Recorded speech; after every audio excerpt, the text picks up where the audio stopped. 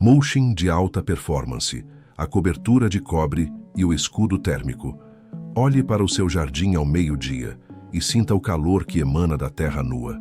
Se você consegue sentir o mormaço subindo do solo, você está testemunhando um massacre silencioso.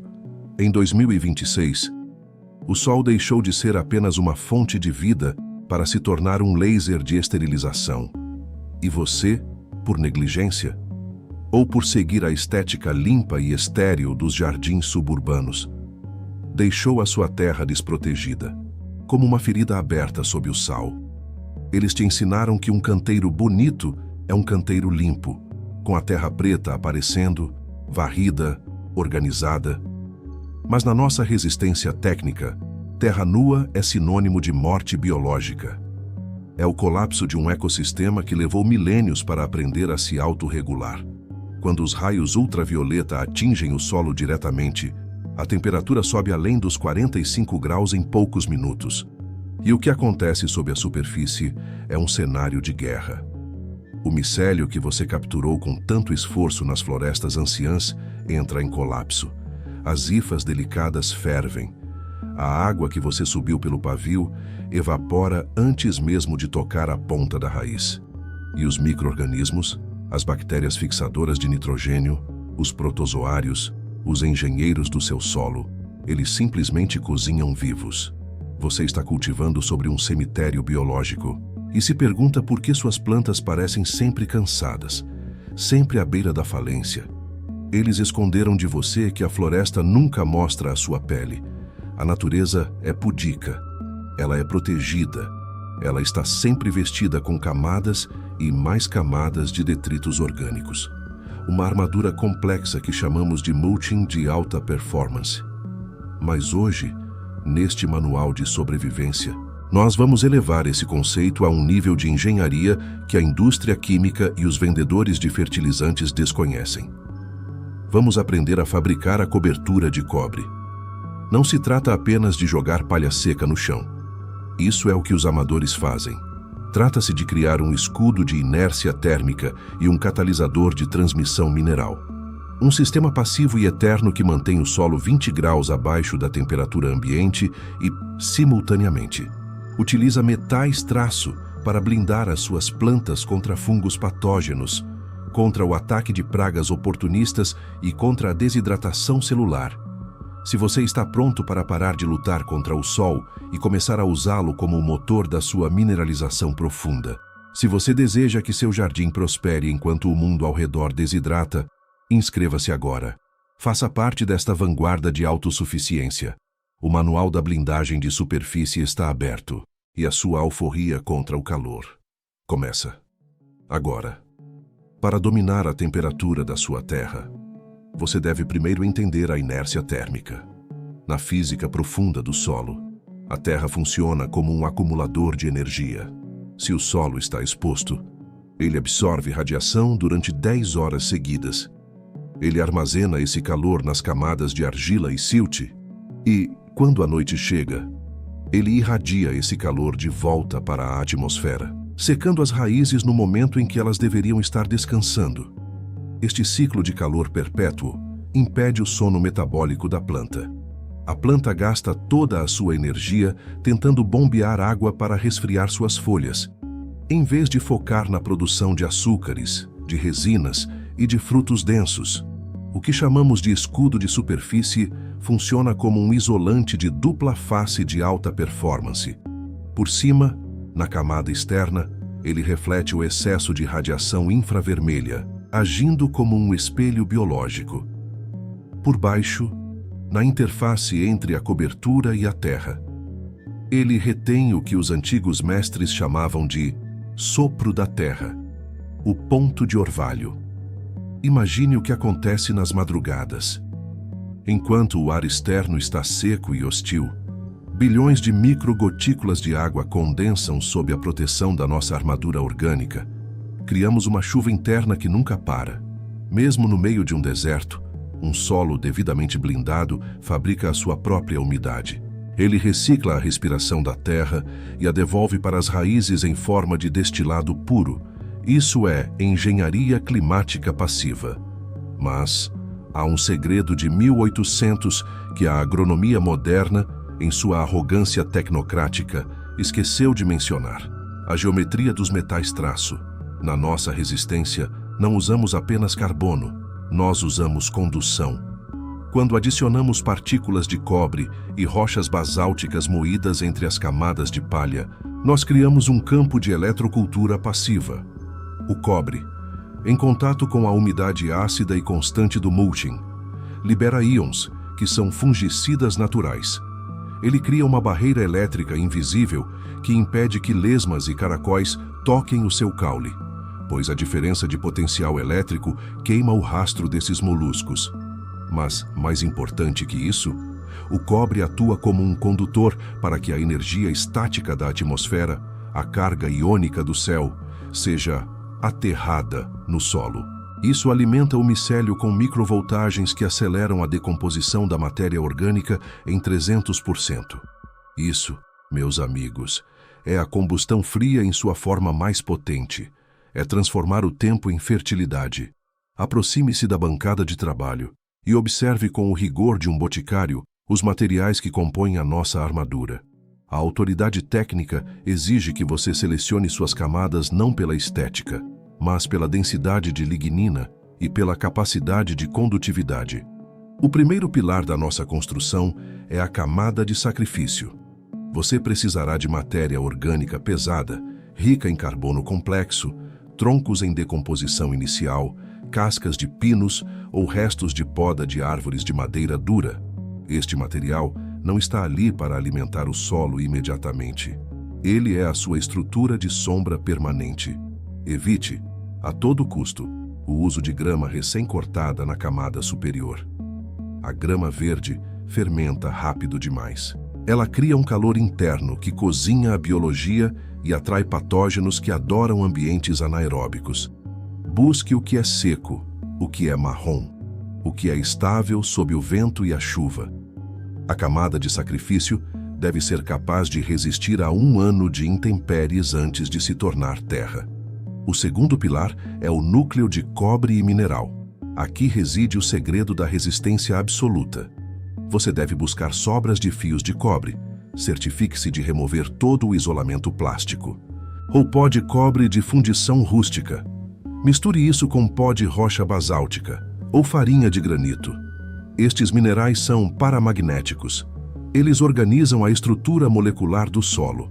Eles garantem que os nutrientes não sejam lavados pelas chuvas torrenciais e atuam como o esqueleto do seu escudo. O cobre e o basalto formam uma aliança de proteção mineral que impede que o solo perca a sua carga biológica. O terceiro pilar é a membrana biológica de atração. Entre a terra nua e a madeira dura da armadura, você deve colocar uma camada fina de folhas de bananeira ou papelão sem tinta. Este material é o banquete imediato para as minhocas. O papelão, rico em celulose processada, atrai os anelídeos das profundezas para a superfície sob a proteção da sombra. Eles virão para comer a membrana e, no processo, perfurarão o solo, criando canais de aeração por onde os íons de cobre e os minerais da rocha descerão. Observe com cuidado a porosidade de cada material escolhido. Se você cometer o erro de usar plástico ou lonas escuras de polietileno, você estará construindo uma câmara de gás. O plástico impede a troca gasosa. Ele mata a respiração da terra e assassina a biologia por asfixia. O mestre da resistência técnica usa apenas materiais que respiram, pois o solo é um organismo aeróbico e o sufocamento é o caminho mais rápido para a falência total da sua produção. Prepare o seu escudo com a disciplina de um armeiro real forjando uma couraça. A eficácia da blindagem não está na quantidade de material, mas na estratificação por densidade. Siga os passos com rigor monástico. Passo 1. A hidratação de base. Antes de colocar a primeira camada da armadura, você deve saturar o solo. Use o seu líquido enzimático de folhas diluído. Nunca, sob nenhuma circunstância, cubra um solo seco. O mulching é um isolante térmico. Se você cobrir a terra seca, ela permanecerá seca por meses, pois a cobertura impedirá que até a chuva leve penetre. Crie a reserva hídrica inicial. Ela é o líquido de arrefecimento do seu sistema. Passo 2. A semeadura de metais. Espalhe o seu pó de rocha e os fragmentos de cobre diretamente sobre a terra úmida e escura. Não use grandes quantidades. Não queremos saturar o solo com metais pesados. Queremos apenas criar pontos de contato. Imagine que você está semeando pequenos para-raios biológicos. Use o cobre de forma estratégica, ao redor das raízes principais e nas bordas do canteiro, para criar o cerco contra lesmas. Passo 13. A membrana de nutrição. Posicione o papelão ou as folhas de bananeira sobre os minerais. Este é o teto da casa das minhocas. Umedeça essa camada novamente até que ela fique maleável e se molde ao relevo da terra. Criar um gradiente de umidade entre as camadas é o segredo para ativar a capilaridade ascendente, a força que mantém a vida ativa mesmo nos períodos de estiagem.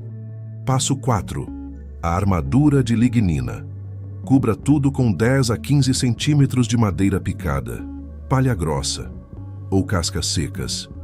No final do processo, o seu canteiro não deve parecer uma plantação agrícola convencional. Ele deve parecer um fragmento intocado de chão de floresta. Se você conseguir enfiar a mão sob essa cobertura grossa em um dia de sol escaldante e sentir o frescor da manhã, você venceu a física. Você não é mais um escravo do clima. Você é o senhor da sua própria temperatura. Na engenharia de sobrevivência, um pequeno erro de posicionamento pode transformar uma ferramenta em uma armadilha. Existem falhas que eu vejo repetidamente e que você deve evitar para garantir a soberania do seu solo. O primeiro erro, e o mais comum, é o colar do tronco. O amador, em sua ânsia de proteger a planta, encosta o mulching diretamente no caule. Isso é um erro fatal. A umidade constante acumulada contra o tronco causa o apodrecimento do colo. Fungos oportunistas entrarão por ali e derrubarão sua planta em dias. Mantenha sempre um espaço de 2 ou 3 dedos livre ao redor do caule principal. Deixe o pescoço da planta respirar, enquanto o corpo do solo é protegido. O segundo erro é a procedência química dos materiais. Muitos buscam serragem em marcenarias industriais ou restos de construção. Tenha cautela absoluta. Madeiras tratadas com verniz, com autoclave ou com CCA, arseniato de cobre cromatado. São venenos sistêmicos. O micélio, em sua busca por nutrientes, irá decompor essas substâncias e transportá-las diretamente para o interior dos seus tomates, das suas couves, das suas frutas. Se o material não for virgem e natural, ele não entra na sua fortaleza. Mantenha a pureza da sua linhagem orgânica, ou o seu escudo se tornará a fonte da sua própria ruína. O terceiro erro é a compactação da cobertura. O mulching deve ser aerado. Se você pisar sobre ele, ou usar materiais finos demais que se transformam em uma pasta impermeável, você bloqueará a entrada de oxigênio. Lembre-se, buscamos a combustão fria, e toda combustão, mesmo a biológica, exige oxigênio para acontecer. Mantenha a estrutura fofa e resiliente. Ao finalizar a sua blindagem de superfície, observe o que você acabou de criar. Você não fez apenas um jardim. Você realizou um ato de soberania climática. Em um mundo onde as previsões meteorológicas são usadas para espalhar o medo e a dependência, você criou o seu próprio refúgio. O resultado será visível em questão de dias. Enquanto as plantas dos seus vizinhos murcham às 2 da tarde, fechando seus poros para não morrer de sede, as suas plantas estarão em pleno vigor.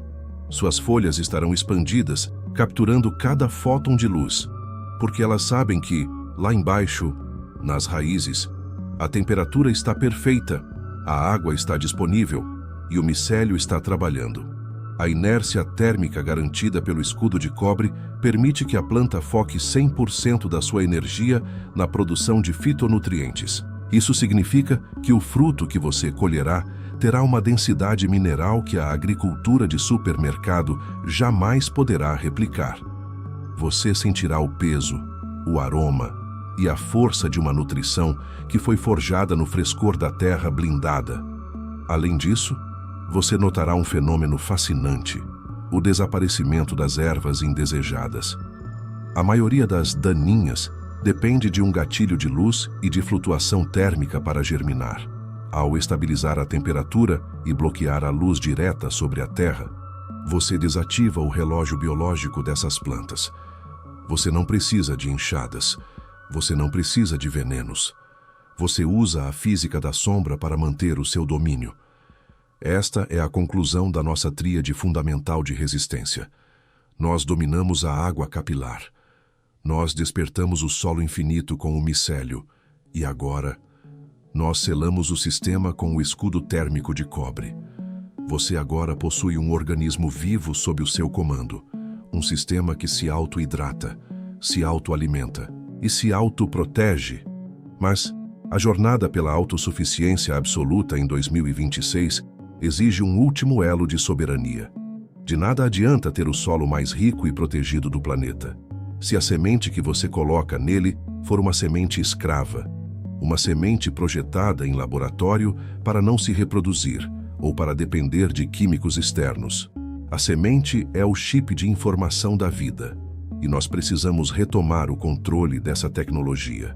Por isso, preparem-se. No nosso próximo encontro de resistência técnica, vamos entrar no domínio proibido da genética camponesa e da memória celular vegetal.